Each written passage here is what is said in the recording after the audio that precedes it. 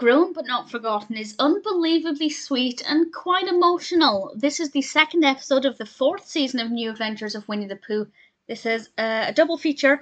I think quite a few of the episodes in this last season are a double feature, and certainly I'm really glad that this one was. Christopher Robin has received an invitation to go to a grown-up party. Basically, it's the first time he's going to a party where it's going to be mixed boys and girls. And he's very nervous. He's wearing very smart clothing. He looks very dapper. And Winnie the Pooh and the others, with Rabbit's instructions, teach him how to be a gentleman and how to speak to other people and how to sit up straight and what kind of food to eat, i.e. don't just shove all the cookies in your face. And when he goes off to the party, the others realise that he's growing up and he might not want to be around them anymore. So their solution to that problem is to become grown-ups too.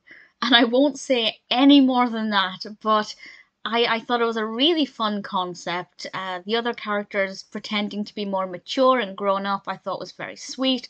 They have some really gorgeous outfits. Piglet's last outfit at the end was just so adorable and so stunning.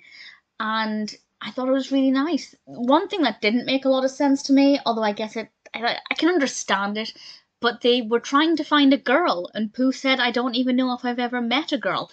First of all, that's the first time I've realised that most of Winnie the Pooh and the other characters are boys, which makes sense. Christopher Robin is a boy.